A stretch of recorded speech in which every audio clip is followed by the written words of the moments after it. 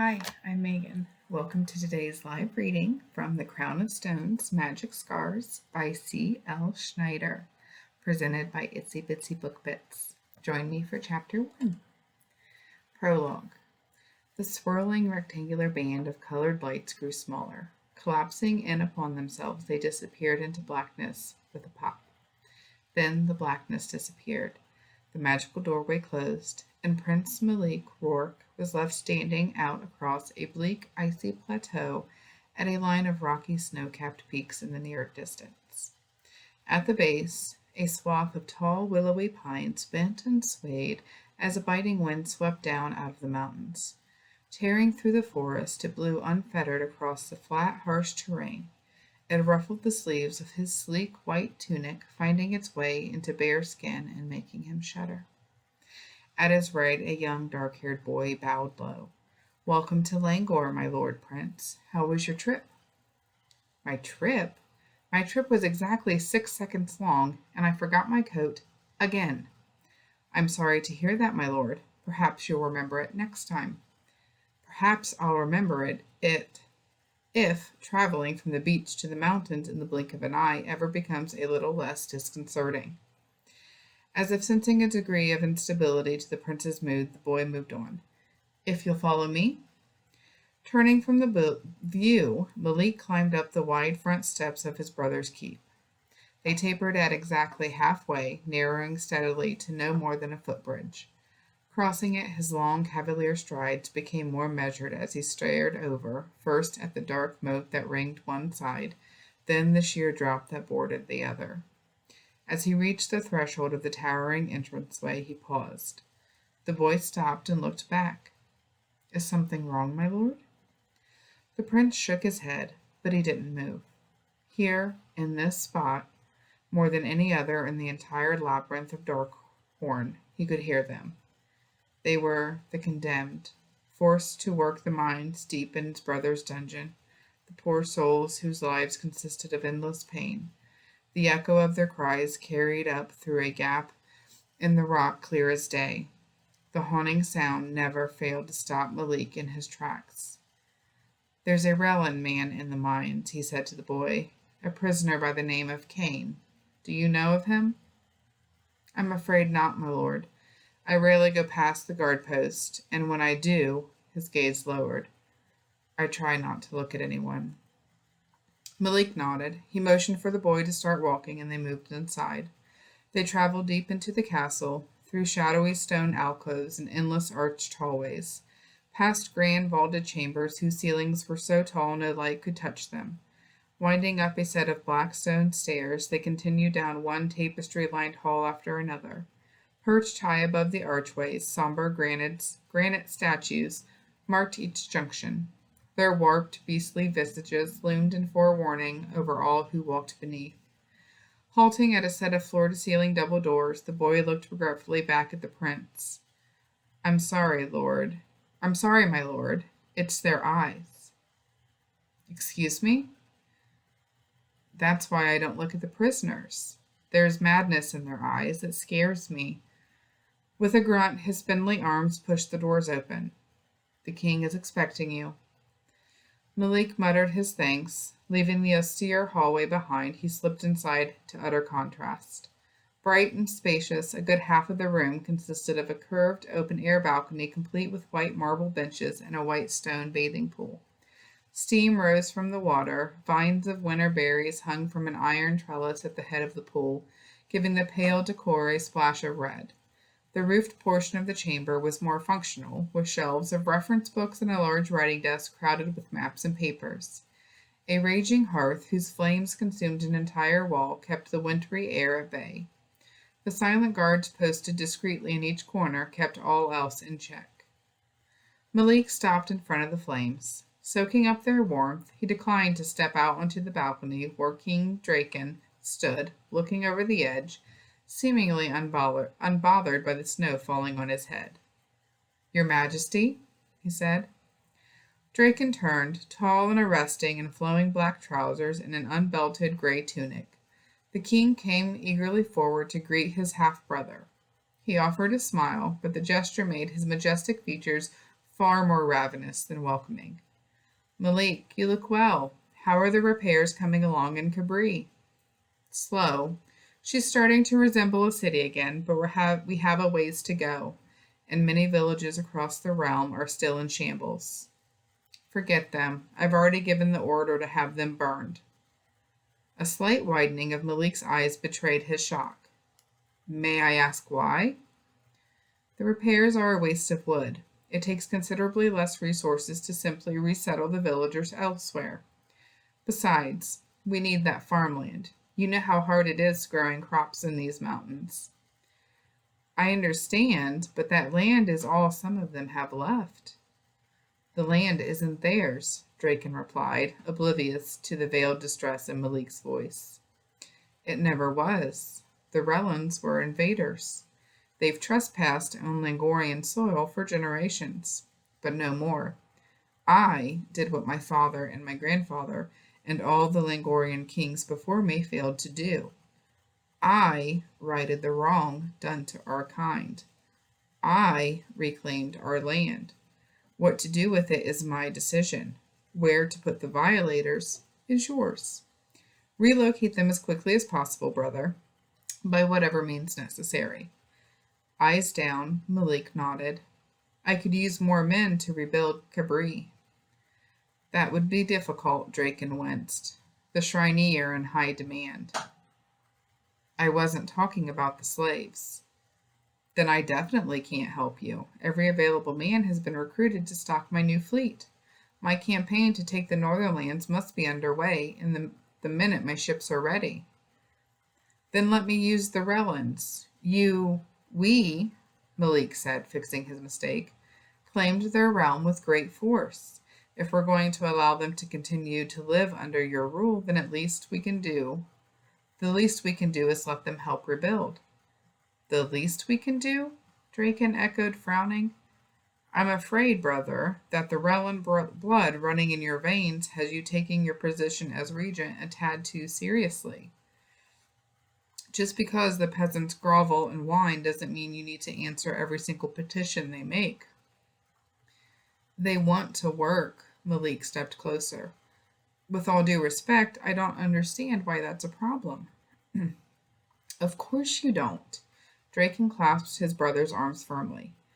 If you let them work, the next thing they'll want is pay, then fair treatment, then they'll refuse to show up when they're ill, and the list goes on and on. With a shake for emphasis, he let Malik go. Before you know it, they'll be rioting in the streets, and you'll have no choice but to put them down. Although, Draken drawled, caressing the slim black beard outlining his jaw, a thinning of the herd before they can start an uprising does have some appeal. The Relan people are in no position to rise up against anything. They've accepted our presence as best they can. All they want is to restore their homes as we promised, as I promised. Really, Malik, he sneered, a Langorian keeping a promise to a Relan? Smiling thinly, Malik walked over and sat down in the chair in front of his brother's desk. I don't wish to be rude, but can I ask why you've summoned me?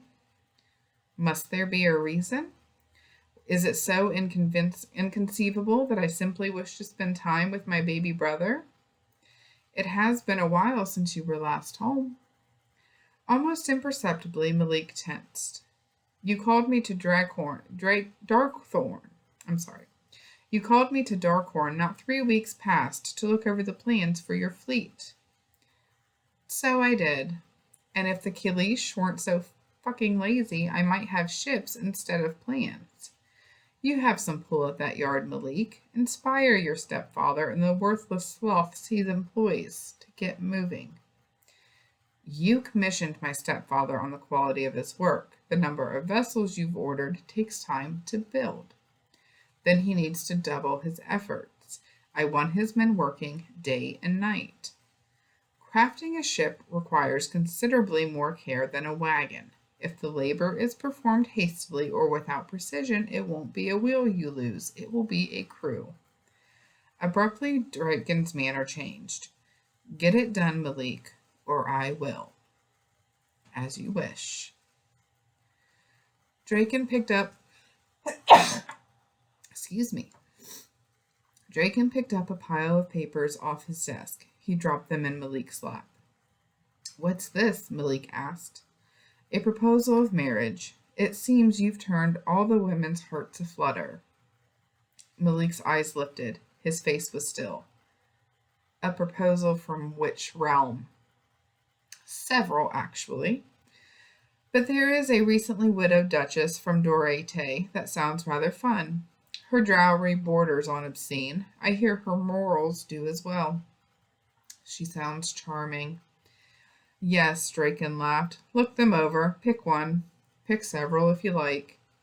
You're letting me choose? I've already weeded out the objectionable ones. Just bear in mind the future when you select your bride. You might be high king yourself one day.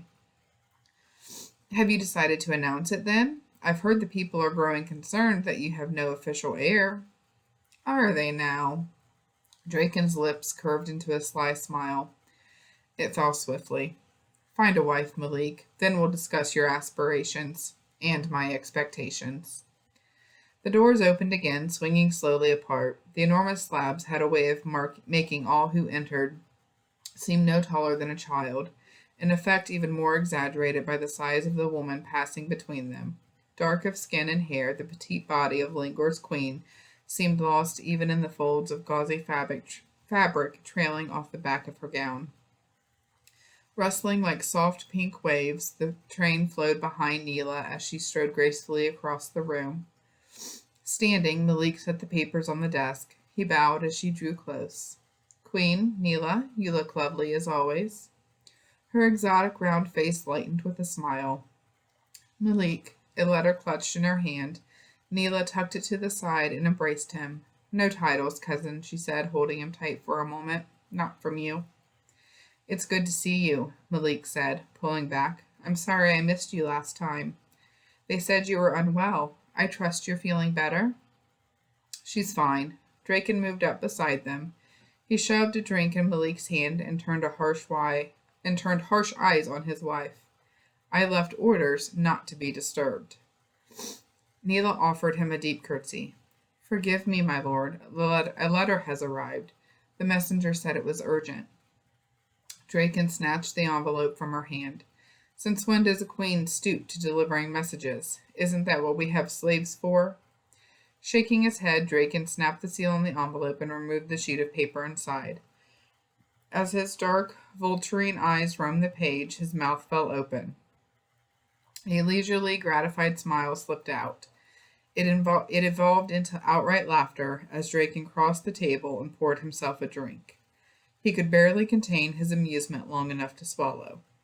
Malik watched him. Something I should know? Draken tossed the message onto the table. It's from the prison on the western edge of the realm. The prison where he is. Draken eyed his brother for a reaction. Malik gave him none and asked, a scheduled report or something of consequence? Oh, it's definitely of consequence. Turning slightly, Draken beckoned to his wife. Neela, my love, join us in a toast. As the queen approached the table, Draken filled another cup. Handing it to her, he raised his own high in the air. I would say, may he rest in peace, but I believe it's more likely he's in pieces. Draken knocked his drink back in one eager mouthful. Malik took a less enthusiastic sip. Who or what exactly are we drinking to? He's dead, Draken announced. Ian Troy is finally dead. As Neela choked on her wine, Malik asked calmly, How? Not how I'd like, Draken admitted.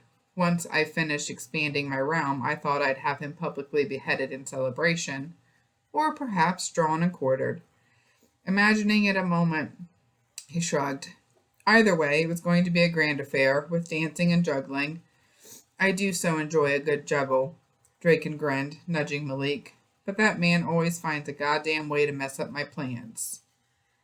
This must be a mistake, Neela cut in. Troy was transferred from his cell months ago.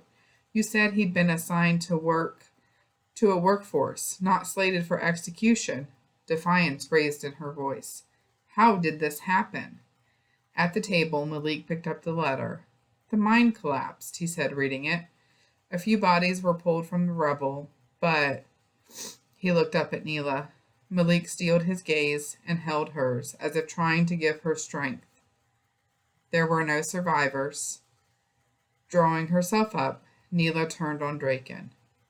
You swore if I turned him over, he would not be harmed. You hold me responsible for this? Draken shot back. The gods have been after Troy for his misdoings a long time, my dear. It appears they finally got tired of waiting. No, she argued. I have kept my vows. I have been your loyal wife. I honored our agreement, an agreement that included you sparing his life. Calm yourself, woman, Draken warned. I don't care that you slept with the man, but it is unseemly for a queen to be so agitated over the death of one dirty witch. Then what of my sister Elena? Am I allowed to be agitated over her? You vowed to let her go, yet she is still locked away right here under our very home. Her release hinged on you giving me sons, Draken countered. It seems we've both broken that vow, haven't we, my dear? Neela flinched. You're never going to let her go, are you? You're never going to let any of my people go. Your whore of a sister lives and dies on my whim, Draken growled. You all live on my whim. In fact, I think maybe I should have that bitch dragged up here and gutted right now. I'm in the mood for a little pre-dinner entertainment. You bastard. Neela raised a hand to slap him. Draken moved faster. The back of his hand struck her face, and Neela went reeling. The cup fell from her grasp. Red splashed across the pink of her gown as she tumbled into Malik's arms. He righted her gently. It's all right. No, it's not, she whispered. He's going to kill her, Malik. Maybe not today or tomorrow, but he will kill her. Malik took a breath. He looked at Draken and said one word. Elena.